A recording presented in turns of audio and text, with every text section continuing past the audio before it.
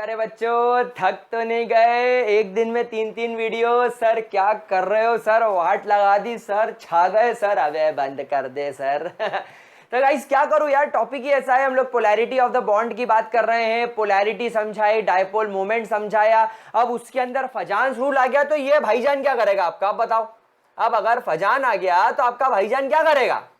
Fazan rule को समझाएगा, है कि नहीं? तो क्या बोलता है फजान रूल? फटाफट बताओ। पिछले वीडियो में यार, है ना, पता है पढ़ाते पढ़ाते मैं थक गया हूं सच में। एक शॉट में तीनों वीडियो शूट करें, वाट लग गई है कसम से। पर ठीक है यार, देखो गाना गाता हूं, तुम यार कमेंट में गुस्सा मत किया करो कि सर बहुत फर्जी वाला कर रहे हो, बहुत बोर कर रहे हो। अभी कमेंट सेक्शन में लिखा हुआ वीडियो स्टार्ट एट 2 मिनट। तो चलो तुम्हारे ऐसी की तैसी, वीडियो स्टार्ट से 2 मिनट, तुरंत वीडियो स्टार्ट कर रहे हैं। फजान रूल, फजान ने क्या बोला था? That no covalent bond is 100% covalent because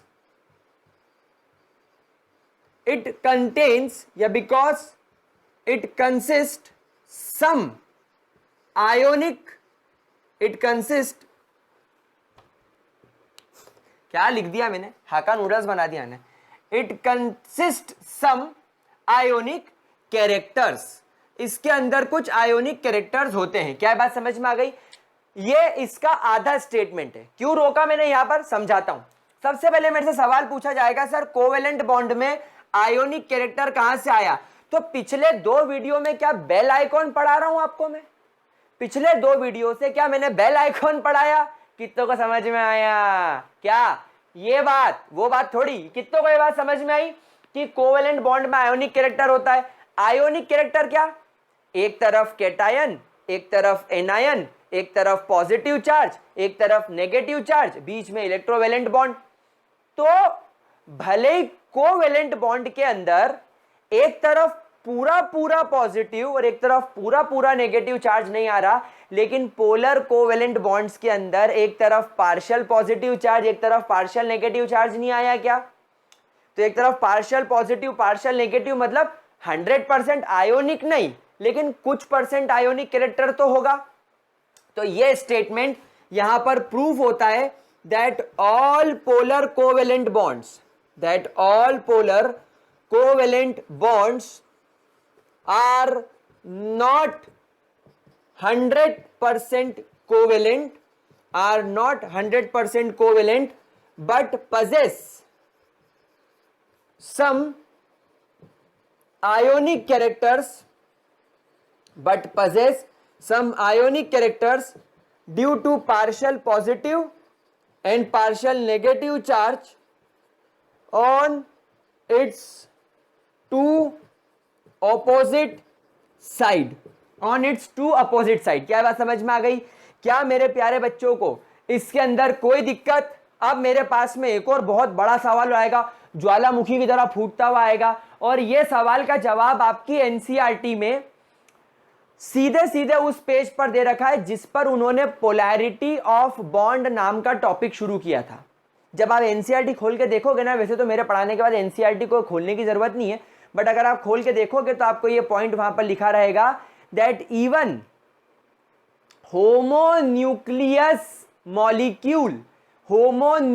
molecules like H2, O2, N2, जिनमें पोलैरिटी आपको दिखती नहीं है, उनमें भी बहुत हल्का सा 0.001% आयोनिक कैरेक्टर आ जाता है। तो यहां पर हम स्टार बना के एक पॉइंट सारे बच्चे लिखेंगे that even homonuclear molecules like H2 which looks, मैं पूरा अपनी भाषा में लिखूंगा ताकि आपको समझ में आ जाए, which looks non-polar, जो डेफिनेटली कैसा दिखता है, which looks non-polar but actually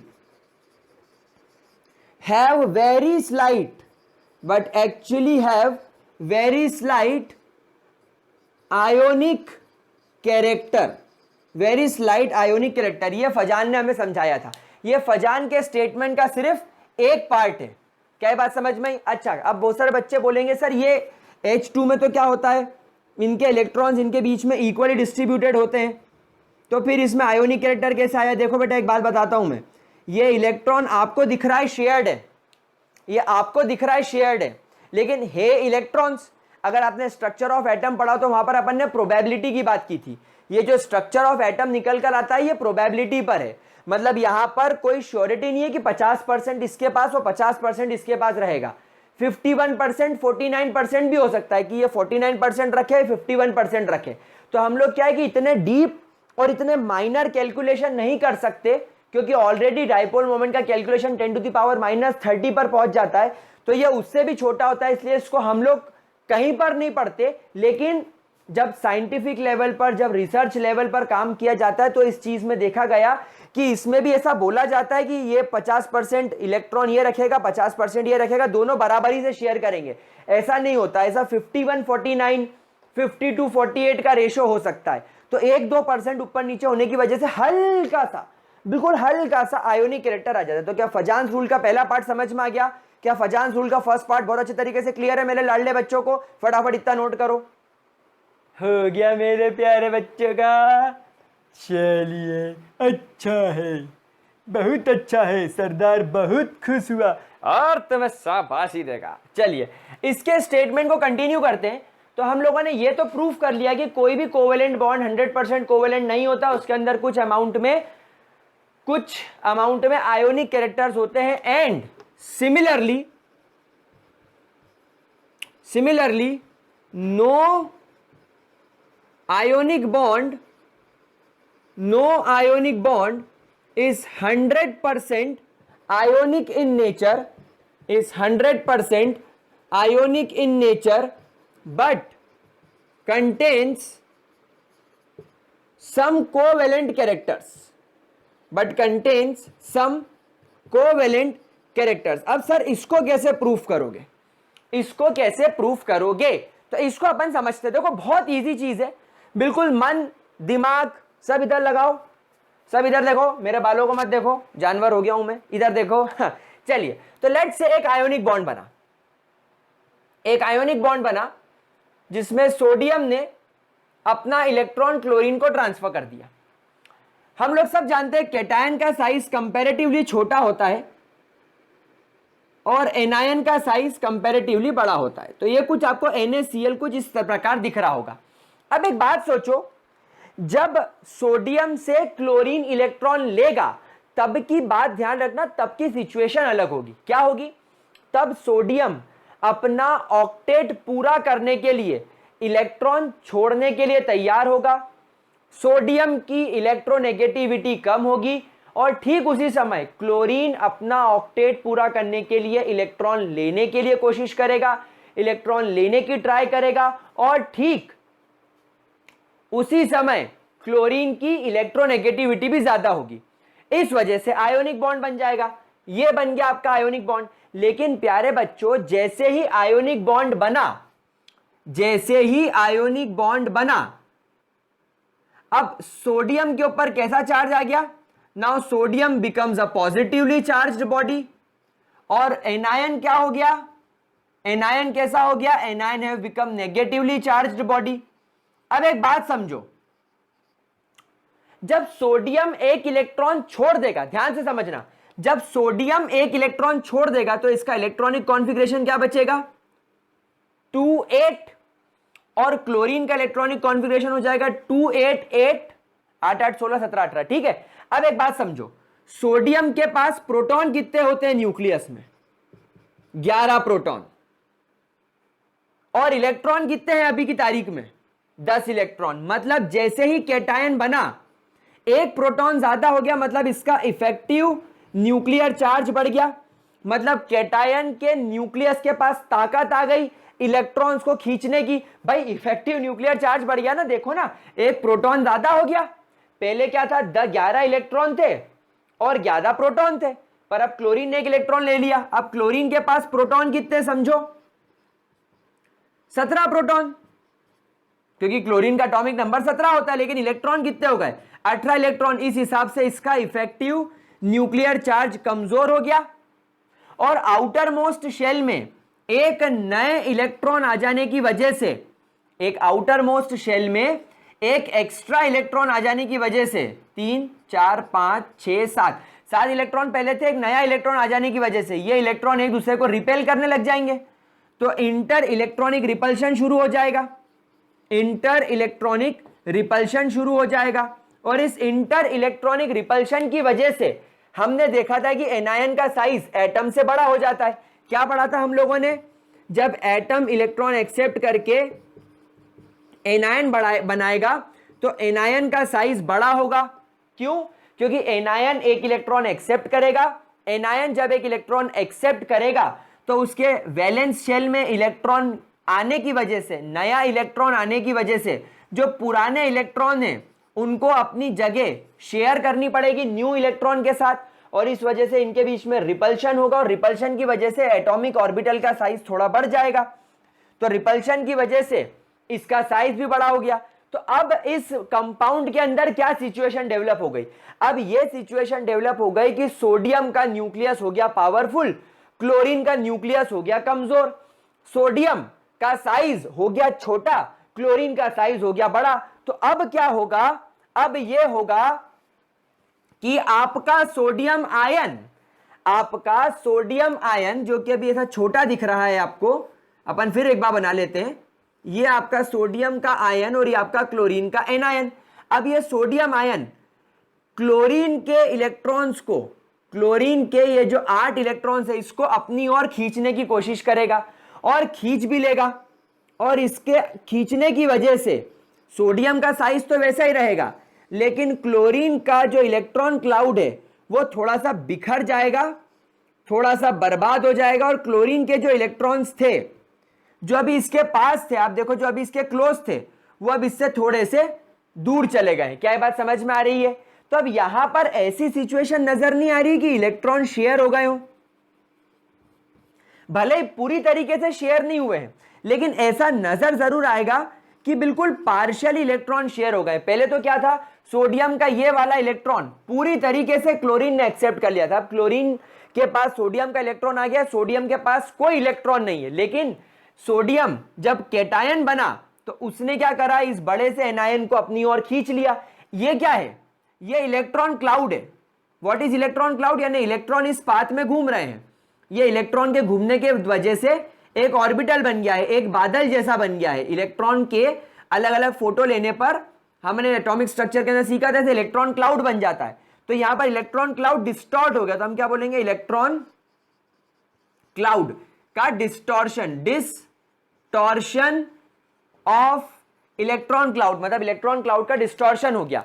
और यहां पर आयोनिक बॉन्ड के अंदर कुछ अमाउंट में कोवेलेंट कैरेक्टर आ गया, क्योंकि कोवेलेंट कैरेक्टर क्या होता है? इलेक्ट्रॉन की शेयरिंग से जो बॉन्ड बने। तो इलेक्ट्रॉन की शेयरिंग भले ही 100% नहीं हुई, लेकिन 5% इलेक्ट्रॉन सोडियम ने अपनी ओर खींच लिया। भाई आयोनिक बॉन्ड तो कब बनता है? मैं 100% आयोनिक कब कहूंगा? जब क्लोरीन इलेक्ट्रॉन एक्सेप्ट कर ले पूरी तरीके से, सोडियम इलेक्ट्रॉन दे दे पूरी तरीके से। ऐसा हुआ भी, लेकिन बाद में क्या हुआ कि सोडियम बन गया पॉजिटिव और क्लोरीन बन गया नेगेटिव, और पॉजिटिव नेगेटिव को अट्रैक्ट करता है। और क्योंकि सोडियम का न्यूक्लियस पावरफुल है, उसने क्लोरीन के इलेक्ट्रॉन क्लाउड को अपनी ओर हल्का सा खींच लिया, और जैसे हल्का सा खींचा उसका शेप बिगड़ गया। पहले गोल शेप था इलेक्ट्रॉन क्लाउड का, अब शेप बिगड़ गया, मतलब इलेक्ट्रॉन क्लोरीन के सोडियम की तरफ चले गए। अगर गोल होता तो मैं कहता क्लोरीन के आसपास ही घूम रहे, लेकिन अब बिगड़ गया, अंडे जैसा हो गया, मतलब ये इलेक्ट्रॉन किसकी तरफ आ गए? थोड़े से सोडियम की तरफ आ गए। दैट मींस यहां पर क्या हो गया? यहां पर आयोनिक बॉन्ड के अंदर इलेक्ट्रॉन सोडियम की तरफ आ गए, कैटायन की तरफ आ गए, मतलब हल्का सा कोवेलेंट कैरेक्टर आ गया। क्या बात समझ में आ रही है? क्या ये चीज अच्छे तरीके से क्लियर हो गई मेरे प्यारे बच्चों को? ठीक है, कोई दिक्कत? तो गाइज यहां पर ये जो सोडियम ने इलेक्ट्रॉन्स को अपनी ओर अट्रैक्ट करा, तो अपन इसको बोलेंगे the power of attracting the electron cloud of anion towards itself. कौन खींच रहा है? कैटायन। तो towards itself is called as polarizing power. इसको क्या बोलते हैं? इसको बोलते हैं पोलराइजिंग पावर, यानी पावर उतनी पावर से, जिस पावर से एक कैटायन एनायन के इलेक्ट्रॉन क्लाउड्स को अपनी तरफ खींचता है उसको बोलते हैं polarizing power. And the extent यानी कितने हद तक, the extent to which an anion gets polarized, an anion gets polarize यानी कितने हद तक एक एनायन पोलराइज हो सकता है, अपने इलेक्ट्रॉन क्लाउड को कैटायन की तरफ जाने दे सकता है, कितने हद तक, is called as polarizability. Polarizability उसको क्या बोलते हैं, पोलराइजेबिलिटी, यानी ये इसकी पोलराइजेबिलिटी होती है। क्या ये बात समझ में आ गई? क्या इसके अंदर कोई दिक्कत? तो यहां पर यह भी प्रूफ हो गया कि आयोनिक बॉन्ड के अंदर भी पोलराइजिंग पावर और पोलराइजेबिलिटी होने की वजह से पोलराइजेशन हो जाता है, मतलब सोडियम इलेक्ट्रॉन देने के बाद उसकी नियत में खोट आ जाता है और वो इलेक्ट्रॉन क्लाउड को क्लोरीन के वापस अपनी ओर खींच लेता है। क्या ये बात समझ में आ रही है? कोई दिक्कत? तो that is called as polarizing power and polarizability. जल्दी से इसका स्क्रीनशॉट ले, जल्दी से इसका स्क्रीनशॉट ले, फटाफट से इसका स्क्रीनशॉट ले। पक्की बात? कोई दिक्कत इसके अंदर? अब यहां पर हम स्टार्ट करेंगे फजान्स रूल, मतलब फजान्स रूल के हिसाब से हम लोग देखेंगे कि एक आयोनिक बॉन्ड के अंदर, एक आयोनिक बॉन्ड के अंदर ये जो पोलराइजिंग पावर और पोलराइजेबिलिटी होती है ये किन चीजों पर डिपेंड करती है। तो according to Fajans rule, point number 1, smaller the size of cation, smaller the size of cation यानी कैटायन का साइज जितना ज्यादा छोटा होगा, more will be the polarizing power, उतनी उसकी ज्यादा पोलराइजिंग पावर होगी। More will be the polarizing power.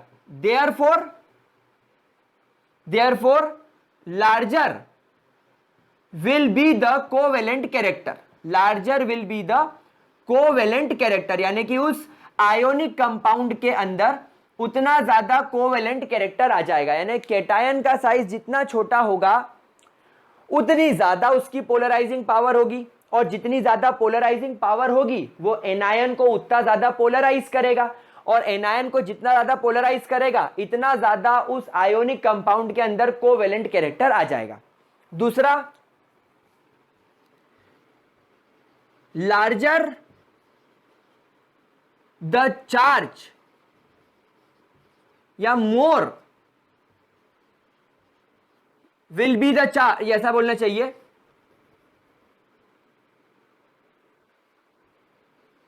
Larger the amount of charge, larger the amount of charge on cation,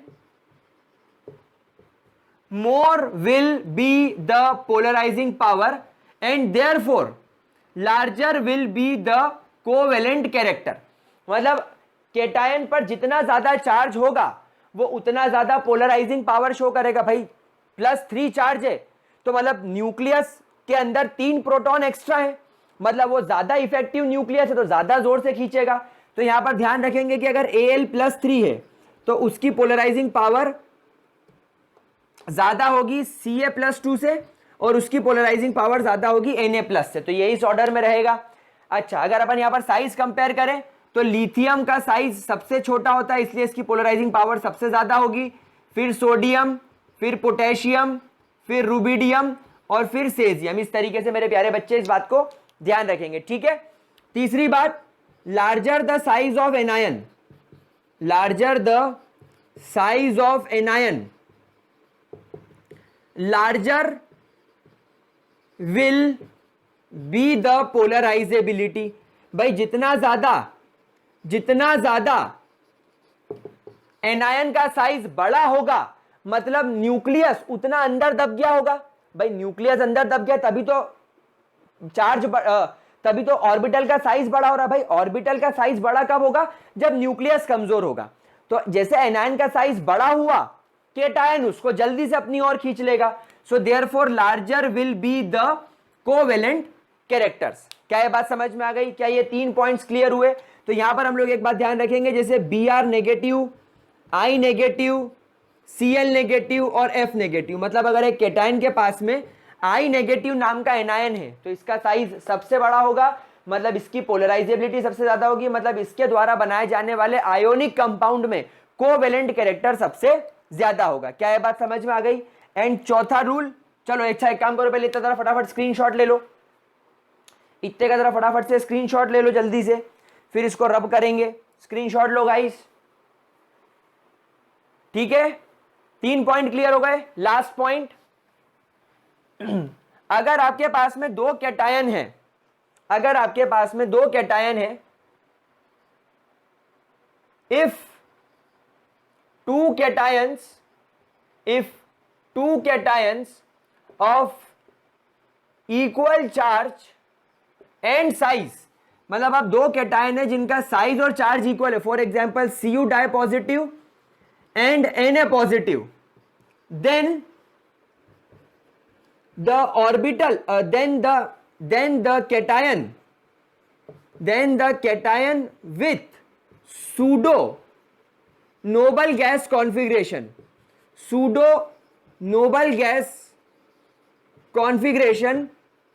will have high polarizing power,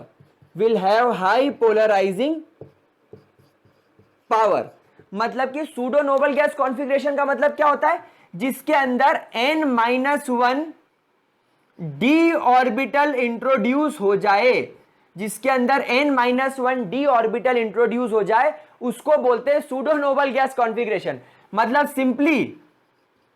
simply जो आपके d orbital के elements हैं, d orbital के जो आपके elements हैं, तो यहां पर d ऑर्बिटल का एलिमेंट कौन है? कॉपर डी ब्लॉक को बिलोंग करता है। So therefore Cu di positive will have high polarizing power than Na positive, क्योंकि Na पॉजिटिव का सिंपल नोबल गैस कॉन्फ़िगरेशन होता है। सिंपल नोबल गैस कॉन्फ़िगरेशन मतलब 1s2 2s2 2p6, exactly neon जैसा। लेकिन कॉपर का नियॉन आर्गॉन किसी के जैसा नहीं होता, लेकिन उसके बाद भी स्टेबल होता है, इसलिए उसको सूडो नोबल गैस बोलते हैं। जो नोबल गैस जैसा ना होने के बाद भी स्टेबल हो जाए तो वो ज्यादा पोलराइजिंग कर सकता है। समझ में आ गई मेरे प्यारे बच्चों को बात? तो ये थे 4 पॉइंट्स आपके फजांस रूल के। एंड गाइस विद दिस हमारा फजांस रूल कंप्लीट होता है और हमारा पोलैरिटी, डायपोल मोमेंट और फजांस रूल पूरी तरीके से यहां पर कंप्लीट होता है। अब हम लोग वैलेंस बॉन्ड थ्योरी अगली क्लास से स्टार्ट करेंगे। और कुछ चीज जाननी हो और कुछ पॉइंट ऐड करवाना चाहते हो तो कमेंट सेक्शन में लिखो। वीडियो पसंद आया हो तो लाइक जरूर करना, दोस्तों के साथ शेयर करना ग्रेविटी सर्कल को, और मिलते हैं अगले वीडियो में। तब तक के लिए bye bye, have a great day. अब जाके आराम करो।